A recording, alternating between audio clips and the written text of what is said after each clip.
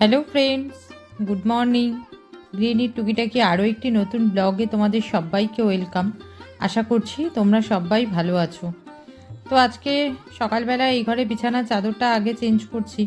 বিছানার চাদরটা একটু নোংরা নোংরা হয়েছিল, আর নিচের ঘরের বিছানার চাদর তো একটু তাড়াতাড়ি নোংরা হয়, কারণ সারাক্ষণ যেহেতু এই ঘরের বিছানাটাতেই খুব বেশি ব্যবহার করা হয়, সেই জন্য এই ঘরের বিছানার চাদরটা খুব বেশি দিন পেতে রাখা যায় না।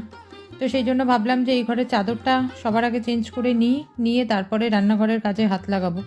ওপরেও যদিও এখনও যাইনি, এই ঘরে চাদরটা চেঞ্জ করে নিয়ে তারপরে বাদবাকি সমস্ত কাজকর্ম সারবো।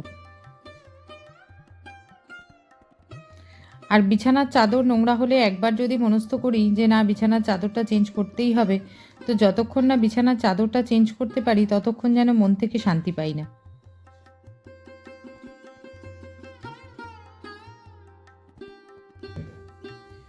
বিছানার চাদর টাদরগুলো সব চেঞ্জ করে এসে এই যে ডিম সেদ্ধটা চাপিয়ে দিয়েছিলাম, আজকে ডিম রান্না করব। ডিম সেদ্ধটা হয়ে গেছে, আর করব হচ্ছে এই হাফটা লাউ রয়েছে। আগের দিন তো এই হাফটা লাউ দিয়ে ডাল করেছিলাম, আর আজকে এই হাফটা লাউ রয়েছে, ওটা দিয়ে অল্প একটু চিংড়ি মাছ আছে, সেটা দিয়ে করব।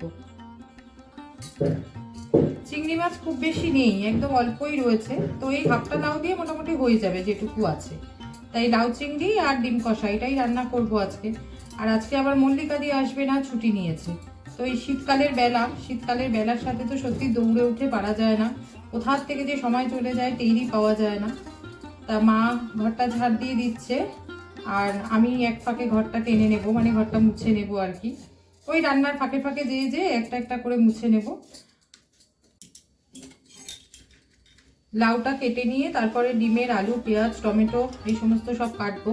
কাটাকুটিটা একবারে সেরে নেব, নিয়ে দুদিকের কড়াইতে দুটো ঝপাঝপ চাপিয়ে দেবো, তাহলে আমার রান্নাটা করতে সুবিধা হবে। নাহলে ওই একটা একটা করে কেটে একটা একটা করে তরকারি বসাতে গেলে না দেরি হবে।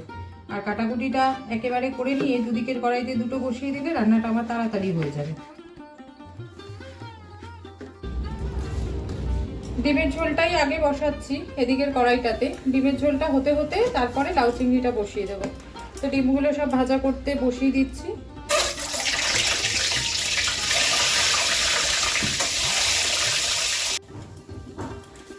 আদা রসুন বাটাটা দিয়ে একটুখানি কষিয়ে নিয়ে বাদবাকি সব মশলাগুলো দিয়ে দিচ্ছি। আর আজকে নতুন আলু দিয়ে ডিমের ঝোলটা রান্না করছি। আর পেঁয়াজ মানে পেঁয়াজের সাথেই টমেটোটা দেবো ভাবলাম। টমেটোটা কাটতে যেয়ে দেখি ফ্রিজটা খুলে যে টমেটো নেই। আর সকাল থেকে অনেকগুলোই সবজিওয়ালা এসে গেছে, চাইলে টমেটো নিয়েই নিতে পারতাম, কিন্তু আমার তো মাথাতেই নেই যে টমেটোটা শেষ হয়ে গেছে। তো আজকে আর ডিমের ঝোলে টমেটোটা দিতে পারলাম না। টমেটোটা দিলে বেশ একটু অন্যরকম টেস্ট হয়, যাকে আজকে টমেটো ছাড়াই করি। লাউ চিংড়ির জন্য ওদিকের কড়াইটাতে তেল গরম করতে বসিয়ে দিয়েছি, আর ডিমের ঝোলটা এই কড়াইটাতে ঢেলে দিয়েছিলাম। তো ঝোলটা ফুটে উঠেছে, ডিমগুলো সব দিয়ে দিচ্ছি, আর ওদিকে এবার লাউ চিংড়িটা চাপিয়ে দেবো। রান্নাটা কিন্তু আমার কমপ্লিট হয়ে গেছে। এই যে এই হচ্ছে ডিমের ঝোল, আর এখানে এই যে হচ্ছে লাউ চিংড়ি। রান্নাঘর মোছা, পরিষ্কার করা, গ্যাস মোছা সব কিছু হয়ে গেছে। এবারে আমি ভাতটা বসাবো, ভাতটা বসিয়ে ঘরটা মুছতে যাব। সন্ধে এখন ওই 8টা মতন বাজে। চাটা খেয়ে যাচ্ছি একটু ভুরুটা প্লাগ করতে। এই ঠান্ডার মধ্যে আমার খুব একটা বাইরে বেরোতে ইচ্ছা করে না, কিন্তু না গেলেই নয়, যেতেই হবে ভুরুটা প্লাগ করতে, সেই জন্যই যাচ্ছি। আর আগের থেকে কিন্তু ঠান্ডাটা বেশ ভালোই পড়েছে, বাইরেটাতে বেশ ভালো রকমের একটা ঠান্ডা আছে। তবে সোয়েটার চাদর দুটো পরার মতনই না, সেই জন্য একটা চাদর নিয়েছি। ভুরুটা প্লাগ করে চলে এসেছি বাড়িতে। আর আসার পরে দেখো মা দিল এখানে মেখে একটু মুড়ি চানাচুর।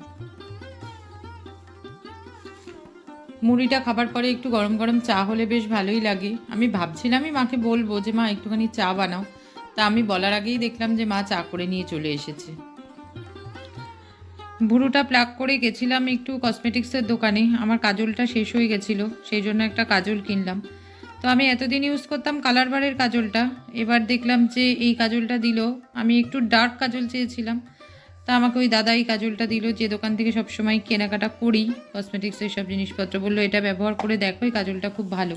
তো এটা আমি আগে কখনো ব্যবহার করিনি, দেখি ব্যবহার করে কাজলটা কেমন হয়। বাড়িতে আসার পর থেকে চা মুড়ি টুড়ি খেয়ে মার সাথে বসে এতক্ষণ সোফাতে টিভি দেখছিলাম। আর এবারে যেতে হবে হচ্ছে রান্নাঘরের দিকে, রাত্রে যা টুকটাক কাজকর্ম আছে সেগুলো সারতে। রাত্রের দিকে খুব বেশি কাজকর্ম থাকে না, তাও যেটুকু থাকে সেটুকু তো সারতেই হবে, আর বসলে চলবে না। তো যাব আমি এবার রান্নাঘরে, আর রান্নাঘরে যাওয়ার আগে আমার আজকের ব্লগটা আমি এখানেই শেষ করছি।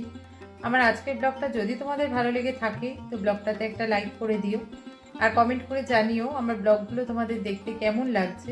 যদি ভালো লেগে থাকে তো আমার চ্যানেলটা সাবস্ক্রাইব করে নিও। আজকের মতন টাটা, গুড নাইট। তোমাদের সাথে দেখা হবে আবার আরেকটা কোনো নতুন ব্লগে।